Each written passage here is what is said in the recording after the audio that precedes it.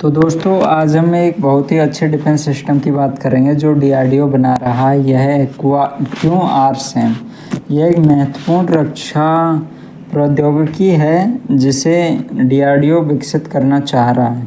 अब इसमें क्या है कि जो है ये वायु रक्षा प्रणाली है। ये कैसे काम करता है, जैसे S-400 मोबाइल लॉन्चर है, ट्रक के द्वारा ले जाया जाता है वैसे ही लाया जाता है, तो ऐसे ही ये काम करता है। लेकिन ये एक्सटेंडेड रेंज वाला है, मतलब कि इसकी रेंज बहुत ही ज़्यादा है, S-400 जितनी है। और इसकी एक और क्षमता है कि ये हाइपरसोनिक और बैलिस्टिक मिसाइल दोनों को ट्रैक कर सकता है।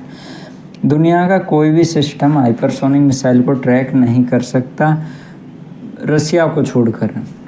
तो इस तरह से हम देख सकते हैं कि ये कितना महत्वपूर्ण है। Extended range surface to air missile system है। स्वदेशी प्रणाली भारत को दुश्मन के लड़ाकू विमानों, क्रूज मिसाइलों, अवांछित हवाई घुसपैठ से बचाने में क्रांतिकारी बदलाव लाने वाली है। एक्सआरसैम क्या है? डीआरडीओ द्वारा विकसित एक लंबी दूरी की सतह से हवा में मार करने वाली मिसाइल प्रणाली है। सिस्टम लगभग 250 किलोमीटर की रेंज तक कई हवाई लक्ष्यों को एक साथ नष्ट कर सकता है।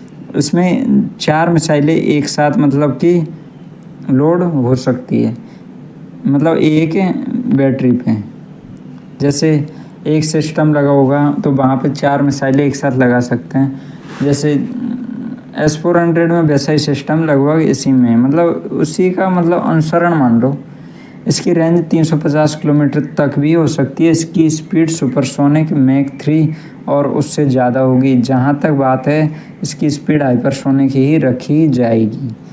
और इसमें लक्ष्य होंगे ड्रोन, क्रूज मिसाइलें, हेलीकॉप्टर और बहुत सारी चीज़ें कि मतलब स्टेल्थ फाइटर जेट और हाइपरसोनिक मिसाइलें भी इसका टारगेट होगी। इसमें अलग अलग श्रेणी होगी, एक पहली कम दूरी की, एक ज़्यादा दूरी की, एक हाई एल्टीट्यूड की, जिसमें कि हम दुश्मन देश के जो है अबैकस जैसे विमानों को निशाना बना सके। तो ये अब भारत की वायु सीमा अवैध हो जाएगी इससे एक तरह से ना, यदि इसका विकास हो जाता है। तो अभी मतलब कुछ मिसाइलों का विकास हो चुका है और कुछ का जो है अभी होना बाकी है। तो तुलना करें कि भाई आकाश मिसाइल सिस्टम 30 किलोमीटर का, तो उसकी तुलना में भारत के पास बहुत ही शानदार मिसाइल डिफेंस सिस्टम होगा क्यूआरसैम, जिसकी रेंज 250 किलोमीटर होगी।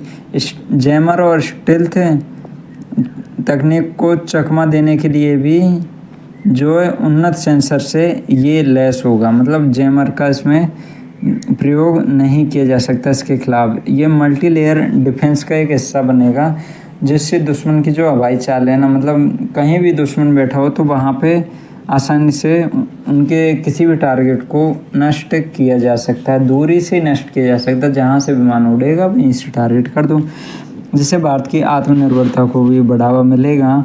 और बहुत ही भारत इस मामले में जो है किसी भी देश से निर्भर नहीं रहना पड़ेगा। जैसे रूस से मंगवाया था, 6 साल हो गए लेकिन एयर डिफेंस सिस्टम आया नहीं। क्या फ़ायदा है एयर डिफेंस सिस्टम को, वो ओल्ड एज की तरह एक तरह से। तो वैसे आपका क्या सोचना है इस बारे में, आप अपना कमेंट करके ज़रूर बताइए। धन्यवाद दोस्तों।